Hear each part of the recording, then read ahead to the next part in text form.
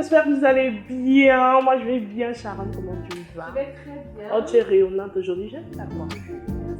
Mais ta coiffure me stresse. J'aurais pu aussi raser mes cheveux. Je me sens trop stressée. Je me sens stressée avant chaque temps. Je me sens stressée. Dimanche, je dois chanter à l'église. Je me sens stressée. Et puis, je vais aller, on chasse tous les démons. Là. On va chasser les démons. On va enlever le démon du stress au nom de Jésus. Amen. Il a vu quoi? Donc, pour vous qui nous regardez, aujourd'hui, nous allons parler de stress. Oui, du stress. Et nous allons parler avec Samira Aïssa. Elle est infirmière spécialisée en gestion du stress. Elle a également une entreprise ou alors une boîte. Comment on appelle ça? De consultation. Oui, de consultation. J'ai dit, hein. Donc, si tu es fou, tu viens là-bas. Ça s'appelle Stress Non. Management Education. Non, non, les problèmes spirituels. Toi, tu nous amènes ici, là, sur le plateau. Non, vous allez aller consulter. Une consulteuse. Le problème, c'est que vous voulez toujours chasser tous les démons. Si vous voulez qu'on parle du stress aujourd'hui, ou alors si vous avez du stress dans votre vie et vous ne savez pas avec qui vous voulez, vous voulez parce que c'est pas pourquoi vous chassez mal les démons tout le temps. Restez sur cette vidéo, cliquez sur like, likez d'abord la vidéo avant de commencer, abonnez-vous pour avoir les notifications. Non, les chrétiens sont trop chiches avec le like. Comme si nous like, s'ils font un peu en prospère, ça va leur faire quoi? Ça, c'est la forme. Tout à l'heure.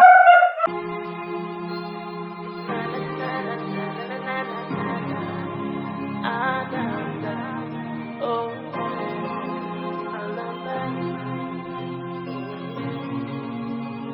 Donc c'est toi qui m'as enlevé mon démon du stress. Bonjour Aïssa. On t'appelle Aïcha. Bien sûr. Samira ou Aïcha. Aïcha. Ou Sam, tout simplement. Tout ça c'est beau, hein. C'est des jolis C'est noms. anti-stress. Mes parents avaient voulu me donner le nom là, mais c'est pas ce qui s'est passé. Tu es stressée. Ah, ça, j'imagine. Alors aujourd'hui, on va parler du stress. Mhm. Bon, tu es une experte dans le domaine. Tu es infirmière spécialisée en gestion du stress. Alors c'est quoi le stress? Alors, L'esprit qui oppresse les chrétiens. ouais, c'est quelque chose qui oppresse, mais esprit, non. Malheureusement et heureusement, non. Le stress est simplement toute réaction aux conditions inhabituelles à laquelle on fait face. Ça peut être émotionnel, ça peut être psychologique. Par exemple, si quelqu'un vient là te demander un mariage, tu vas stresser. Ah, on fait le test. Non, le stress, il n'y a pas de fort, il n'y a pas de trop fort. Le stress prend tout le monde. C'est une émotion, c'est quelque chose qu'on rejette dans le sang. C'est quoi? C'est comme la dopamine. Oui. C'est un esprit qui t'agite. C'est comme une drogue, hein. C'est un peu comme une drogue. Tout d'un coup, je prends l'exemple, quand tu vois le chien, dès qu'il aboie, tu as envie de t'enfuir. Mais avant de t'enfuir, tu ressens en toi comme il y a un inflow de force, d'énergie, et tu es prête à courir. Donc, c'est un peu comme quelqu'un possédé, quoi. Donc, if you understand what you're saying, stress creates in us what we call a response, what they call, they say what flight or flight. Flight, run away, or face. Or face it, or freeze. Il y a aussi freeze, non? C'est un freeze. Oui. Les freeze, c'est toujours une réaction. Actually, if you freeze, you don't have the ability to fly. Fright or fly. Oh, fright or flight. Fright is the freeze. Okay. You are afraid. Ok? Donc, tu as peur. Freeze, tu as peur. Du genre, quand quelqu'un vient, il te gifle. Deux réactions. Gifler ou être surpris. Si je gifle, là, c'est le flight. Mais si je ne gifle pas, là, je suis restée un peu comme... Qu'est-ce qui vient de se passer? Qu'est-ce qui vient de se passer? Mais c'est une réaction de stress. Alors, déjà, les deux exemples, on va parler de mariage, parler de chien. Ça peut être positif comme ça peut être négatif. Parce qu'on pense toujours que le stress, c'est un démon, c'est quelque chose de mauvais. Non. On a besoin de stress pour vivre. Alors, il est impossible d'éviter le stress complètement. On vit avec le stress. On vit avec le stress. C'est pourquoi on ne dit pas comment guérir du stress. On parle de gestion du stress. Mais pourquoi c'est toujours un terme péjoratif? Je suis stressée. Bon, tel que tu dis, c'est aussi positif. Donc, souvent, je peux dire, je suis stressée. Tu peux être stressé positivement. Ton meilleur repas, c'est quoi? Alors, si quelqu'un vient avec un bon plat de ndolé, avec les gambas, les crevettes, le poisson et les frites. Il y a stress. C'est le bon stress, ça. On l'appelle le stress, stress. C'est un très bon stress. Il te fait te sentir bien. Donc, tu sens comme s'il y avait le miel qui coulait en toi, là. Le bonheur, quoi. Tu te sens vraiment bien. Et ça fait, tu souris même pour rien. C'est pour ça que pour voir le stress, vraiment, le bon stress, on voit chez les filles amoureuses. Quand tu vas en sourire, dès que tu dis un truc, elle dit d'accord. Moindre chose, oui. Tu dis ceci, il n'y a pas de non. Mais non, le mauvais stress, on le voit chez quelqu'un qui est foiré et le bailleur est en train de le chercher. Là, on voit le mauvais stress parce qu'il est sous pression. Et il va seulement le téléphone sonner, c'est le bailleur. Là, le cœur commence à battre. Parfois, d'autres transpirent, d'autres vont vomir. Tu lui dis même bonjour. Il dit, ah, qu'est-ce qu'il y a bon sur le jour? Tu es obligé de me saluer. Il n'a pas un problème avec toi. Okay, so it means stress cannot be avoided. And now what we have to do is manage the stress. Exactement. But what are the consequences of mismanaged stress, poorly managed stress? Alors, comme conséquence déjà, je vais d'abord signaler que tout dépend de ton métabolisme. Chaque métabolisme est différent, ok? Je peux être stressée, par exemple, personnellement, quand je suis stressée, j'ai des crises gastriques aiguës. Une autre personne est stressée et commence à avoir le visage plein de boutons. Il y a des filles qui se lèvent un matin, oh, les boutons partout. Non, je n'ai pas souvent les boutons. Mais la veille, elle a dormi après un incident vraiment stressant. Donc, les conséquences vraiment dépendent du métabolisme de chacun et de comment chacun appréhende la situation. Je prends comme exemple du chien. Le chien, il est en train de venir vers moi pour me mordre. Je décide de rester et d'attendre. Mais pendant que je suis là, j'ai tellement peur, je fais pipi sur moi. Tellement je suis stressée. Et là, mon système urinaire n'arrive plus à contenir parce que je vais appeler ça les ouvertures pour parler simple, pour ne pas entrer dans un langage médical. Tous les cadenas qui doivent empêcher l'urine de sortir en désordre. Tellement je suis stressée, il y a un déséquilibre là. Ça fait ouvrir, fermer, ça ne sait plus s'ouvrir ou se fermer. Et là, on voit.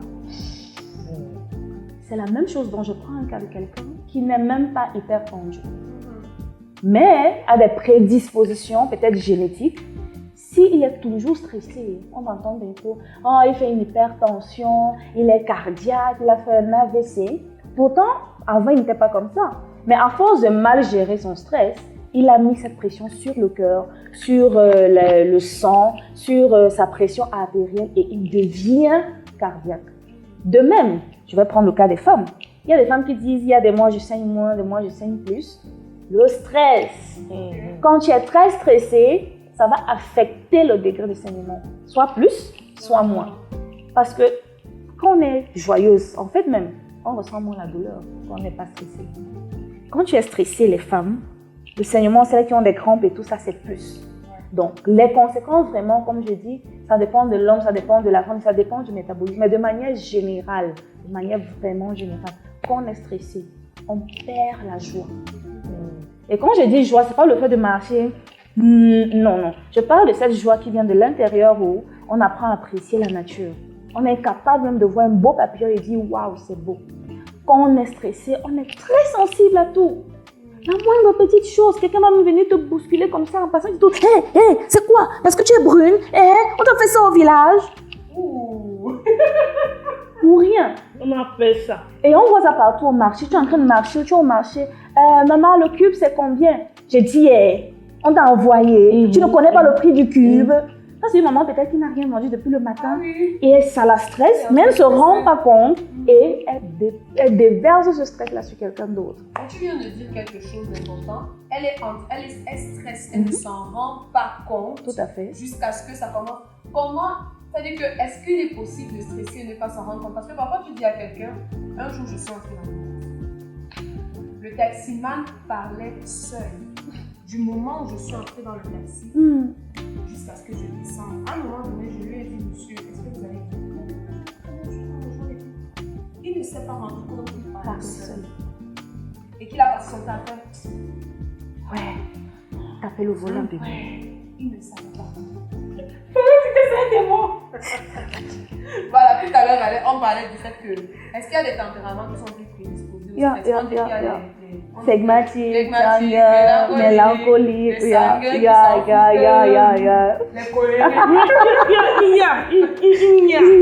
y a. Valenda, tu penses de quoi? Moi, je pense que, ayant écouté l'expert, laisse-moi parler comme un expert. Aïe!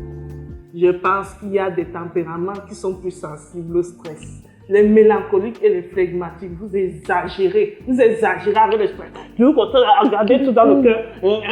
C'est pas vrai, c'est pas vrai. Déjà, le 3 h du matin, Dès que tu peux pas extérioriser. Ceux qui parlent, ceux qui bavardent c'est plutôt que non, tu as plutôt dit que les femmes sont plus gèrent mieux le stress que les hommes.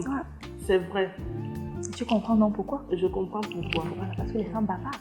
Oui, elles extériorisent. On a dit que c'est 10 000 mots par jour, quelque chose comme ça. Je ne connais pas le chiffre exact, mais c'est beaucoup. Donc tu vois que dans tout ça, qu'elle le veuille ou pas, elle va finir par dire. C'est pour ça que les femmes sont toujours en train de... Parce que de manière naturelle, on a cette tendance à vouloir faire sortir ce qui ne va pas. Pourtant, l'homme, il préfère plutôt avaler ce qui ne va pas.